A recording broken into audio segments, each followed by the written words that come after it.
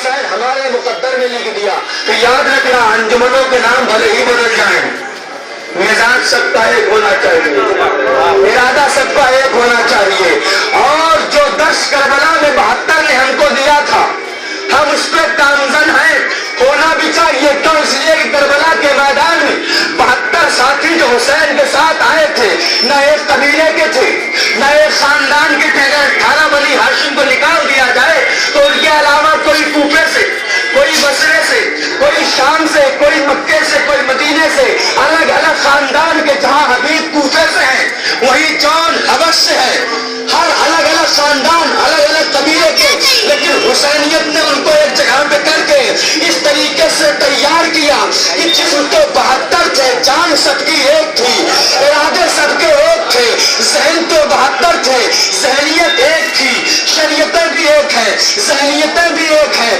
سب کا ارادہ بھی ایک ہے، سب کا عزم بھی ایک ہے۔ اسی طریقے سے ہم انجمنوں کے نام بھلے ہی الگ رکھیں، ارادہ سب کا ایک ہے، عزم سب کا ایک ہے، حسینیت زندہ باد سب کا نعرہ ہے، لبیک یا حسین سب کا نعرہ ہے، حسین حسین کی صدائیں سب کی زبانوں پر ہے۔ اور آج یہ حسینیت کا معجزہ ہے، کسی بھی قبیلے میں، کسی بھی چوراہے پر، کسی بھی گلی میں آپ ذکر حسین کرنے کے لیے کھڑے ہو جائیے تو کوئی انگلی نہیں اٹھاتا۔ کیوں؟ اس لیے کہ کسی بھی مذہب کا ہو، کسی بھی ملت کا ہو، لیکن وہ جانتا ہے حسین یعنی حق، یزید یعنی باطل، ہر کوئی جانتا ہے۔ اور ہر مذہب میں 2-3 چیزیں کامن ہوتی ہیں۔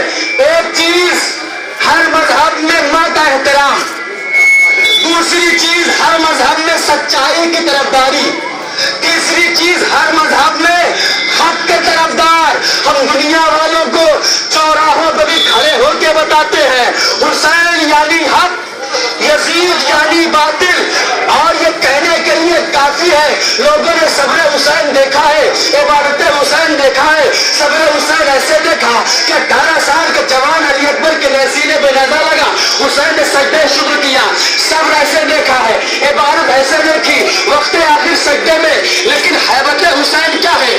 حیبت حسین دیکھنا ہے تو آپ اپنے ملک میں دیکھیے، ہمارا ملک آزاد ہے، ہندوستان آزاد ہے، کوئی بھی کسی مقام پر، کسی چوراہے پر، کسی گلی میں اپنے اپنے مذہب کے نمائندوں کا نعرہ لگائے، جلوس نکالے، کوئی مذہب کسی کو نہیں روکتا، ہر کوئی اپنے اپنے مذہب کے اعتبار سے جلوس بھی نکالتا ہے، ریلی بھی کرتا ہے، جس اعتبار سے بھی چاہے کرتا ہے، کوئی نہیں روکتا۔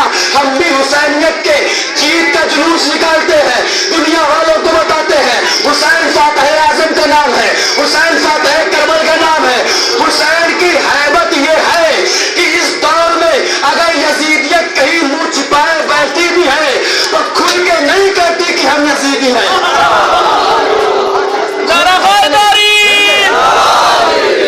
مل کے حسینیت حسینیت حسینیت حاضرین۔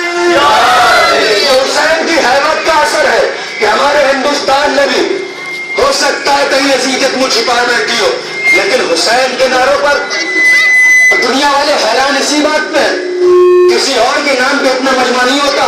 ہو گیا تو 1 دن 2 دن 3 دن، لیکن 14 صدیاں بیت گئی، ہر جگہ پہ جلوس مجلس ماتم ہوتا ہے، کبھی نہ کوئی منع کرتا ہے نہ کوئی روکتا ہے۔ کہیں کہیں پر کچھ یزیدی پرستار ہیں جو جلوسوں کو روکتے ہیں، حالانکہ نہیں ہونا چاہیے، اس لیے کہ یہ امن کا جلوس ہے، یہ سلو آشتی کا جلوس ہے، یہ شانتی کا جلوس ہے۔ ہم نے کسی کو ستایا نہیں، کسی کو ہٹایا نہیں، کسی کو منع نہیں کیا، کسی کو تکلیف نہیں دی۔ ہم حسینیت کا جلوس لے کے چل رہے ہیں، دنیا والوں کا حق کا درس دے رہے ہیں، شیعہ ہو شیعہ رہو، سنی ہو سنی رہو، ہندو ہو ہندو رہو، لیکن یاد رکھنا حسین کے طرفدار بن کے جینا، اس لیے کہ حسین اس فاتح اعظم کا نام ہے جس نے انسانوں کو انسانیت سکھائی ہے، اس نے انسانوں کو انسانیت سکھائی ہے، جس نے لوگوں کو جینے کا سلیقہ سکھایا ہے اور بتا دیا کہ دیکھو ظلم کا مقابلہ ظلم سے نہیں مظلومیت سے کرنا۔